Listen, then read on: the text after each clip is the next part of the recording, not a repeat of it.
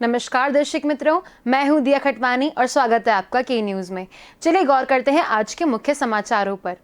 जम्मू कश्मीर में शोपियां जिले में शुक्रवार को लगातार दूसरे दिन भी एनकाउंटर जारी है।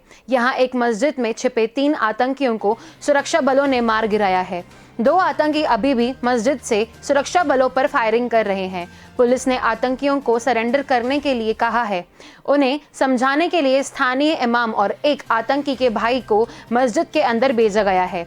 जम्मू कश्मीर पुलिस के आईजी ने बताया कि आतंकियों की तरफ से अभी भी फायरिंग जारी है। हम चाहते हैं कि मस्जिद को कोई नुकसान न पहुंचे, इसलिए काफी संभल कर एक्शन लिया जा रहा है। फिलहाल आतंकियों को सरेंडर करने के लिए कहा जा रहा है। एनकाउंटर अभी भी जारी है। गोलीबारी में अब तक 3 जवान भी घायल हुए हैं। इन्हें इलाज के लिए अस्पताल में भर्ती कराया गया है। इसके पहले गुरुवार को ही शोपियां के जनमोहल्ला इलाके में एनकाउंटर के दौरान सुरक्षा बलों के 3 आतंकियों को ढेर कर दिया था। इसके अलावा बुधवार को दोपहर में करीब 3 बजे भी शोपियां शहर के इमाम साहिब में आतंकवादियों ने सुरक्षा बल कर्मियों को पर गोली की थी। हालांकि इस घटना में कोई हताहत नहीं हुआ था। गोलीबारी के बाद मची अफरा तफरी का फायदा उठाते हुए हमलावर भाग निकले थे। जवानों ने 27 मार्च को भी वनगाम में हुए एनकाउंटर में 2 आतंकी ढेर किए थे। इससे पहले भी मनिहाल में 22 मार्च को हुई कार्रवाई में जवानों ने 4 आतंकियों को मार गिराया था।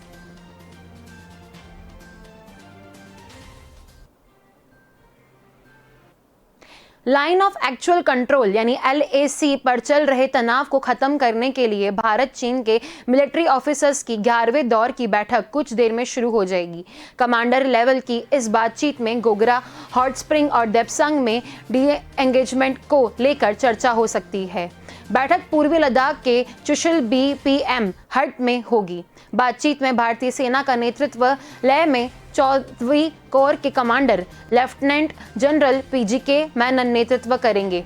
अब तक 10 बैठकों में पूर्वी लद्दाख में उत्तरी और दक्षिणी पैंगोंग लेक इलाके में डिसएंगेजमेंट को लेकर सहमति बनी थी। सेना के सूत्रों के मुताबिक इन इलाकों में डिसएंगेजमेंट के बाद दोनों देशों की सेना अपनी अपनी परमानेंट पोस्ट तक पहुंच जाएंगे। इस बैठक में गोगरा, हॉट स्प्रिंग और देपसांग में डिसएंगेजमेंट के साथ तनाव वाले बाकी इलाके पर भी पुरानी स्थिति कायम करने के लिए बातचीत होगी। भारतीय सेना अप्रैल 2020 से पहले की स्थिति फिर से कायम करने का दबाव बनाएगी। इस मकसद के लिए working management for consultation and coordination यानी WMCC और विशेष प्रतिनिधि स्तर पर भी दोनों देश लगातार बातचीत कर रहे हैं। भारत और चीन के बीच कोर कमांडर लेवल की 10वीं बातचीत 21 फरवरी को हुई थी। ये बैठक करीब 16 घंटे तक चली थी। इसमें भी गोगरा, हॉट स्प्रिंग और देपसंग में डिसएंगेजमेंट को लेकर चर्चा हुई थी। हालांकि सूत्रों के मुताबिक बैठक में कोई खास नतीजा नहीं निकल पाया था। यही कारण है कि अब करीब 1 महीने बाद फिर से दोनों देशों के बीच बातचीत का दौर शुरू हो गया है। देश में कोरोना वायरस से हर दिन हालत बिगड़ते ही जा रहे हैं। रोज संक्रमण के मामले का नया रिकॉर्ड बन रहा है। पिछले 24 घंटे के अंदर देश में 1,31,878 लोग संक्रमित पाए गए हैं। पिछले साल वायरस के शुरू होने से लेकर अब तक एक दिन के अंदर मिले मरीजों की संख्या सबसे अधिक है। इसके पहले बुधवार को देश में सबसे ज्यादा 1,26,276 लोगों की रिपोर्ट पॉजिटिव आई थी। गुरुवार को रिकवर होने वाले का आंकड़ा 61,829 था। संक्रमण के चलते मरने वालों की 802 रही। 17 अक्टूबर के बाद ये पहली बार है जब एक दिन के अंदर 800 से ज्यादा लोगों की मौत हुई है। 17 अक्टूबर को 1032 मरीजों ने जान गंवाई थी। देश में मरीजों के मिलने की रफ्तार भी बढ़कर 9.21% हो गई है। मतलब अब हर 100 लोगों में 9 कोरोना से संक्रमित पाए जाएंगे।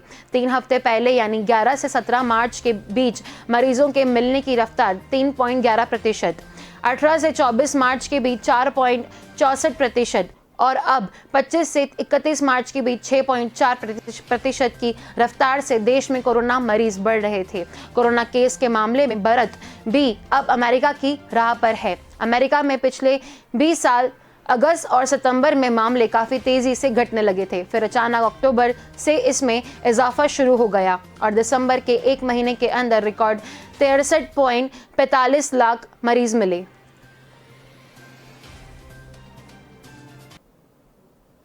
अमेरिका के टेक्सास के ब्रायन शहर के एक पार्क में सिरफिरे ने खुलेआम गोलीबारी कर दी है। पार्क में बैठे एक शख्स की इसमें मौत हो गई है, जबकि 6 अन्य घायल हो गए हैं। ये गोलीबारी उस वक्त हुई जब पार्क में बड़ी संख्या में लोग घूमने पहुंचे थे। पुलिस ने मामले में आरोपी को हिरासत में ले लिया है। घटना का कारण अभी नहीं पता चल पाया है। पुलिस के मुताबिक गोलीबारी की यह घटना ब्रायन शहर के इंडस्ट्रियल पार्क में हुई है। स्थानीय समय के अनुसार घटना गुरुवार को दोपहर 2:30 बजे की है। चश्मदीदों के मुताबिक हमला करने वाला केंट मूर कैबिनेट्स का कर्मचारी है। पुलिस ने सभी घायलों को इलाज के लिए अस्पताल में भर्ती कराया है। अमेरिका में लगातार हो रही गोलीबारी की घटनाओं को लेकर राष्ट्रपति जो बाइडेन भी चिंतित है। वह इस पर लगाम लगाने की कोशिश में जुटे हैं। बाइडेन ने कहा कि देश में बंदूक से की गई हिंसा एक महामारी की तरह है। इसे रोकने के लिए हर संभव कदम उठाया जाएगा। इसकी मद्देनजर राष्ट्रपति बाइडेन बंदूक नियंत्रण उपायों के तहत पूर्व संघीय एजेंट और बंदूक नियंत्रण समूह ग्रिफोर्ड्स में सलाहकार डिवीजन चैपमैन विस्फोट ब्यूरो का निदेशक घोषित करने वाले हैं। इससे हथियारों के खरीद और उसके रखरखाव को लेकर नए कानून भी बनाए जा सकते हैं।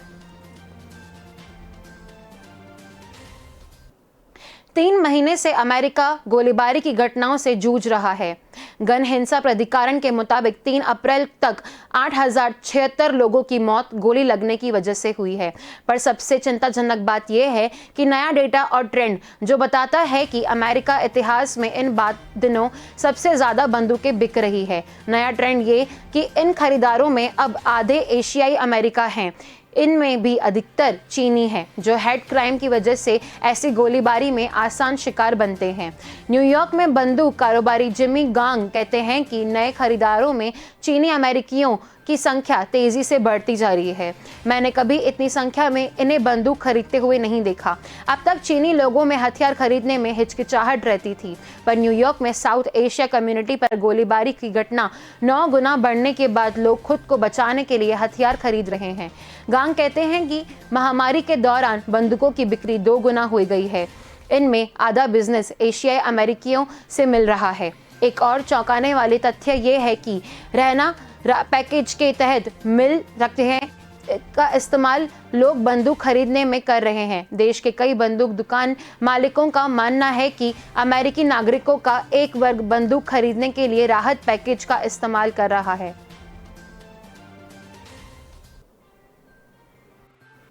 चलिए, वक्त हो चला एक छोटे से ब्रेक का। जल्द मिलेंगे इस ब्रेक के बाद।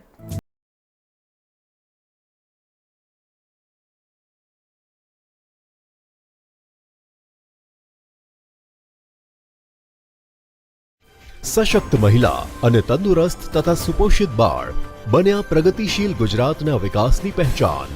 કારણ કે રાજ્યના સંવેદનશીલ મુખ્યમંત્રી શ્રી વિજયભાઈ રૂપાણી તથા નાયબ મુખ્યમંત્રી શ્રી નીતિનભાઈ પટેલે મહિલા અને બાળ વિકાસને પણ એટલું જ મહત્વ આપ્યું છે।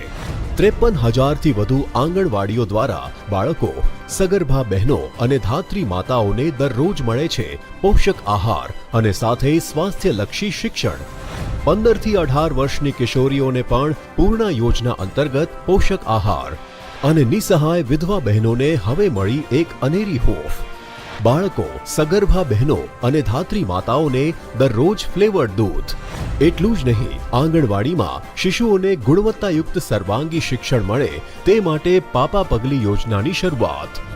નિર્ણાયક નેતૃત્વમાં ગુજરાત હવે ગતિ કરી રહ્યું છે ઉત્તમથી સર્વોત્તમ તરફ।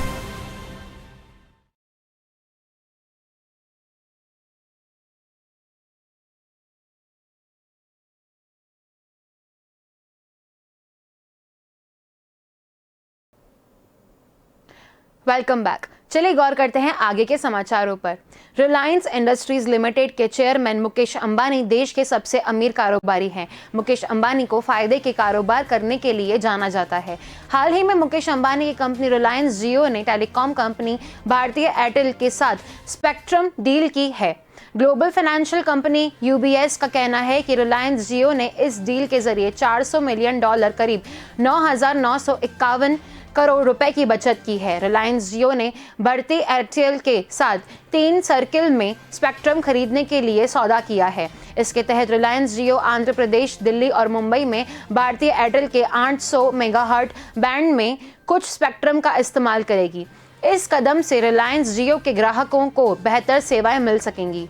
भारत एयरटेल ने इन सर्किल में अपने अतिरिक्त स्पेक्ट्रम के इस्तेमाल के लिए रिलायंस जियो के साथ यह सौदा किया है। रिलायंस जियो की ओर से दी गई जानकारी के मुताबिक यह सौदा करीब 1497 करोड़ रुपए का है। बयान के अनुसार आंध्र प्रदेश, दिल्ली और मुंबई सर्किल में रिलायंस जियो के पास कुल 7.5 मेगाहर्ट्ज अतिरिक्त स्पेक्ट्रम उपलब्ध होगा। यूबीएस की रिपोर्ट के मुताबिक भारतीय एयरटेल ने इस स्पेक्ट्रम को 13,500 करोड़ रुपए के खरीदा है। यह स्पेक्ट्रम 20 साल के लिए खरीदा गया था। एयरटेल को प्रत्येक मेगाहर्ट्ज स्पेक्ट्रम की सालाना लागत 30 करोड़ रुपए पड़ी थी।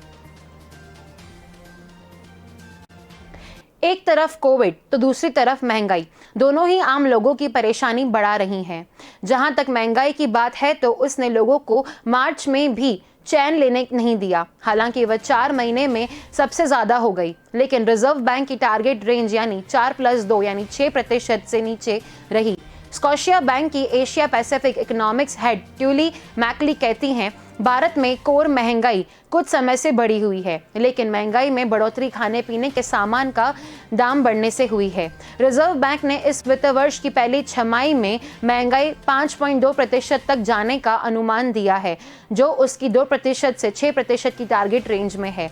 इधर आईएनजी के सीनियर एशिया इकोनॉमिक्स प्रकाश सकाल कहते हैं कि कुछ शहरों में लॉकडाउन हो गया है और कुछ दूसरे शहरों में भी ऐसा हो सकता है। ऐसे में घबराहट में खरीदारी होने से आने वाले महीनों में महंगाई बढ़ाने का जोखिम है।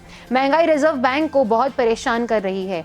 उसने इसी हफ्ते मॉनेटरी पॉलिसी कमेटी की मीटिंग में रेपो रेट को 4% पर जस का तस रहने दिया। जानकारों का कहना है कि कोविड के केस में हो रही बढ़ोतरी के बीच महंगाई में उछाल आने का डर है। रिजर्व बैंक इकोनॉमी को सपोर्ट देने के लिए रेट कट नहीं कर पा रही है। सुप्रीम कोर्ट ने बुधवार को कहा है कि हर मामला शीर्ष अदालत में नहीं लाया जा सकता है। ऐसा करने से एक ढह रही प्रणाली पूरी तरह से ध्वस्त हो जाएगी। जस्टिस संजय किशन कौल व जस्टिस हेमंत गुप्ता की पीठ के समक्ष बुधवार को करीब ऐसे 11 केस थे, जिनके बारे में पीठ की राय थी कि इन मामलों में दखल देने का कोई कारण नहीं बनता। जस्टिस कौल ने कहा कि हमें यह तय करना की आवश्यकता है कि आखिर कितने चरणों तक किसी मामले को परखा जाना चाहिए। कहीं न कहीं इसे विराम देने की जरूरत है। दरअसल पीठ ने एक मामले पर गौर करने के पाया कि हाईकोर्ट समेत निचली अदालतों ने मामले पर एक ही राय रखी। इसके बावजूद याचिकाकर्ता ने सुप्रीम कोर्ट का दरवाजा खटखटाया। एक अन्य मामले में बॉम्बे हाईकोर्ट के उस आदेश को चुनौती दी गई थी जिसमें वैवाहिक मामलों से जुड़ी कार्रवाई को ट्रांसफर करने की गुहार लगाई गई थी। हाईकोर्ट ने पति द्वारा मुकदमे को ट्रांसफर करने की मांग को ठुकरा दिया था। वहीं एक मामले में हाईकोर्ट ने नोटिस और स्टे का आदेश पारित किया था।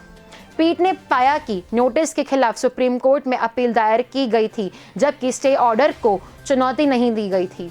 कुछ अन्य मामलों के बारे में पीठ की स्पष्ट राय थी कि इन मामलों के लिए सुप्रीम कोर्ट में याचिका दायर नहीं करनी चाहिए। फ्यूचर रिलायंस सौदे में दिल्ली उच्च न्यायालय की खंडपीठ ने आदेश को चुनौती देने के लिए अमेजॉन के उच्चतम न्यायालय का दरवाजा खटखटाया है। डिवीजन बेंच ने किशोर बियाणी के नेतृत्व वाले फ्यूचर समूह के रिलायंस इंडस्ट्रीज के साथ हुए 24,713 करोड़ रुपए के सौदे में आगे कदम बढ़ाने पर लगाई गई रोक को समाप्त कर दिया है। अमेजॉन ने दिल्ली उच्च न्यायालय के 22 मार्च के आदेश को स्थगित करने के लिए उच्चतम न्यायालय में याचिका दायर की है। अमेजॉन ने पीठ के इस आदेश को अवैध, बिना सोचे समझे, अन्यायपूर्ण और अनुचित बताया है। दिल्ली उच्च न्यायालय की डिवीजन बेंच ने 22 मार्च के अपने देश में फ्यूचर समूह को रिलायंस के साथ सौदे में आगे बढ़ाने पर एकल न्यायाधीश द्वारा लगाई गई रोक के आदेश से राहत दे दी थी। एकल न्यायाधीश की पीठ ने 18 मार्च को इस सौदे में आगे कदम बढ़ाने पर रोक लगाई थी। अमेजॉन ने उच्चतम न्यायालय से सौदे से जुड़ी उसकी पहली की याचिका के अंतिम निर्णय आने तक कोई भी कदम बढ़ाने पर कोई रोक लगाने का आग्रह किया है। अहमदाबाद के कृष्णानगर स्थित अंकुर इंटरनेशनल स्कूल में शुक्रवार सुबह भीषण आग लग गई। हालांकि फायर की टीम ने समय रहते आग पर काबू पा लिया था, जिससे बड़ा हादसा टल गया। आग विकराल होने के चलते स्कूल के 4 स्टूडेंट्स बिल्डिंग में ही फंसे रहे थे और वे पानी की टंकी पर चढ़ गए थे, जिन्हें फायर की टीम ने सुरक्षित निकाल लिया। फायर ब्रिगेड से मिली जानकारी के अनुसार आग लगने का कारण स्पष्ट नहीं हो पाया है। खुशकिस्मती से स्कूल में ज्यादा बच्चे और टीचर नहीं थे, जिससे बड़ा हादसा टल गया। आग ग्राउंड फ्लोर पर लगी थी, लेकिन मौके पर पहुंची फायर की टीम ने आग के सेकेंड फ्लोर तक पहुंचने से ही उसे काबू पा लिया। 4 स्टूडेंट्स छत पर बनी पानी की टंकी पर चढ़ गए थे, जिन्हें टीम ने छत के पिछले हिस्से से सिक्योर कर दिया। आग की घटनाएं अहमदाबाद में हाल ही में 2 आग की घटनाएं हुई थी। उनमें से एक ने एसजी हाईवे पर राजपथ क्लब के सामने बालेश्वर परिसर में एक कार्यालय में सुबह आग लगा दी थी, जिसमें ऑफिस में काम करने वाले 6 लोगों को बचाया गया। एक अन्य घटना में जमालपुर में सुखबान की गली में आग लग गई है और जमालपुर खड़िया के विधायक इमरान खेड़ावाला ने तुरंत फायर ब्रिगेड को बुलाया। चलिए, वक्त तो चला एक छोटे से ब्रेक का, जल्द मिलेंगे इस ब्रेक के बाद।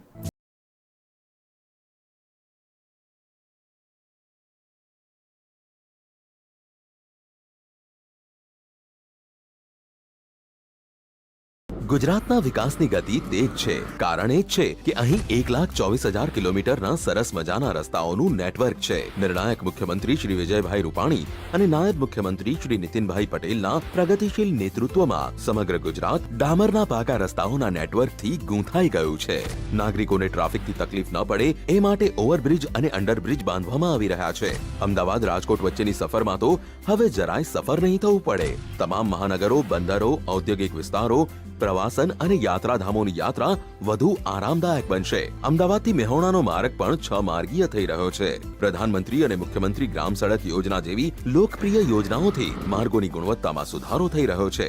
એટલું જ નહીં, બુલેટ ગતિએ થઈ રહ્યું છે અમદાવાદ મુંબઈ બુલેટ ટ્રેનનું કામ। ઉત્તમથી સર્વોત્તમ સુધીની સફર માટે માર્ગ મકાન વિભાગે ₹11,185 કરોડની જોગવાઈ કરી છે।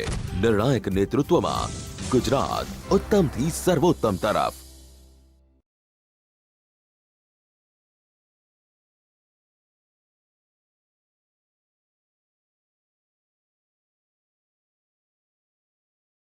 Welcome back. चलिए गौर करते हैं आगे के समाचारों पर। सूरत में लॉकडाउन की अफवाहों के बीच उत्तर प्रदेश और बिहार के श्रमिक वर्ग के लोगों में डर का माहौल है। लोगों का मानना है कि आज नहीं तो कल लॉकडाउन लगने वाला है। इससे लोग घबराए हुए हैं। 1 साल पहले श्रमिक वर्ग ने जो हालत देखे हैं वह इस बार नहीं झेलना चाहते हैं, इसलिए अभी से पलायन कर रहे हैं। पांडेसरा के जय अम्बे नगर के पास मिलने पॉइंट पर दोपहर 3:30 बजे 6 लग्जरी बस खड़ी थी। इसमें सीट टू सीट यात्री बैठे हुए थे जो बिहार और उत्तर प्रदेश जाना चाहते थे। सब लॉकडाउन के डर से शहर छोड़ रहे थे। वहीं सूरत से बांदा के लिए जाने वाली बस चालक सीताराम ने बताया कि मैंने कहीं पढ़ा है कि 11 से 14 अप्रैल तक लॉकडाउन लगने वाला है। बस में जितने यात्री जा रहे हैं इसमें ज्यादातर लॉकडाउन के डर से ही जा रहे हैं। सौराष्ट्रवासी समेत प्रवासी मजदूरों में लॉकडाउन को लेकर भय का माहौल है। सूरत से रवाना होने वाली ट्रैवल्स की बसों में भारी भीड़ है। लोग धीरे धीरे शहर छोड़कर गांव की ओर रवाना होने लगे हैं। कोरोना मरीजों से शहर के सभी प्राइवेट अस्पताल फुल हो गए हैं। सूरत ही नहीं, पूरे प्रदेश की हालत खराब है। सिविल अस्पताल में मरीजों की हालत बदतर होती जा रही है। रोज दुगना मरीज बढ़ रहे हैं। ऐसे में मरीजों की बड़ी संख्या में मौत हो रही है। सिविल अस्पताल में पिछले 24 घंटे में 62 मरीजों की मृत्यु हो गई है। इनमें से 12 मौतें की कोरोना के खाते में दर्ज की गई है।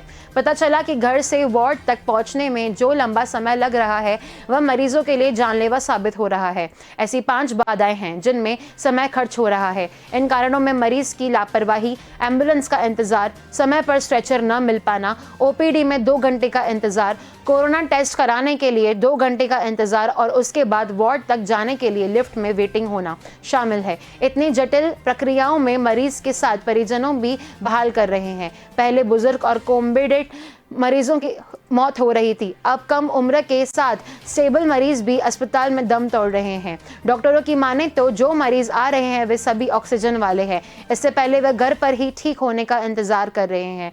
हर 3 मिनट में एक गंभीर मरीज आ रहा है। सभी ऑक्सीजन सपोर्ट पर आते हैं, यानी घर पर ही इधर उधर की दवाई लेकर पड़े रहते हैं। अचानक ऑक्सीजन की कमी होने पर उनकी हालत नाजुक हो जाती है और वे हॉस्पिटल आ जाते हैं। दुनिया की सबसे बड़ी क्रिकेट लीग यानी आईपीएल शुक्रवार से शुरू हो रही है। इसमें देश दुनिया के अधिकांश बड़े cricketers, umpires, match referee, commentators हिस्सा ले रहे हैं। इस बार का आयोजन अब तक हुए तमाम आयोजनों से अलग और चुनौतीपूर्ण होने जा रहा है। कोरोना संक्रमण के मामले में जल्द ही भारत, ब्राजील और पीछे छोड़कर दूसरे स्थान पर आ सकती है। देश में अभी रोजाना 1.25 लाख से ज्यादा संक्रमित सामने आ रहे हैं। ऐसे में खिलाड़ियों, स्पोर्ट्स स्टाफ और ऑक्यूफिकेशन को कोरोना से बचाना और बायो बबल में उनके मेंटल ब्रेकडाउन को लेकर बीसीसीआई और तमाम फ्रेंचाइजी के सामने सबसे बड़ा टास्क है। खेल की बात करें तो इस बार ऋषभ पंत और संजू सैमसन के रूप में नए कप्तान दिखेंगे। साथ ही स्पिनर्स की डिमांड भी पिछले सीजन से ज़्यादा हो सकती है। पिछले साल 2020 में कोरोना के कारण ही आईपीएल का आयोजन यूएई में हुआ था।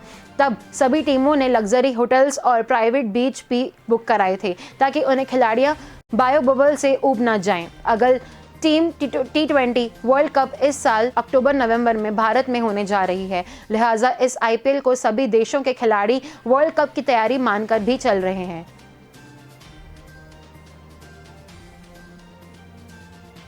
आज के समाचारों में बस इतना ही। अधिक जानकारी के लिए देखते रहिए के न्यूज़। धन्यवाद।